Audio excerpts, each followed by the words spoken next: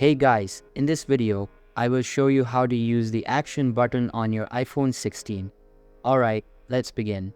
The action button is this little small button above the volume up and down, and we can customize it and set a specific action to it. So when we click it, it will open up an app or whatever else we want. I'm going to show you how we can do that. So the first thing we want to do is open settings on our device. And then we're going to scroll down until we see the option here for the action button. Go ahead and select it. And now, as you can see, you can scroll to the left or the right by dragging your finger to decide what you want to choose.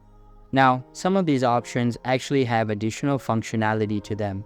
For example, if the camera, you can go ahead and tap down here, and you will notice that you could switch it to video, selfie, or other things. And then you can also have additional customization. If you scroll over and you see the option here for controls, you can choose a specific control, such as a calculator, stopwatch, and many additional options here.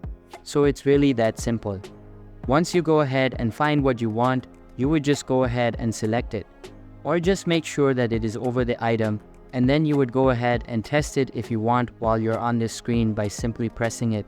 And you will notice that it will show up at the top in the dynamic island on your iPhone. So once you have what you want, you just go ahead and leave it there and go ahead and back out completely, and it will be enabled. So whenever you press that button, you will notice that the item turns on. So that's basically how you can use the action button on your iPhone 16. And that's it for this video. If you found this helpful, consider subscribing and giving this a big thumbs up. Thanks.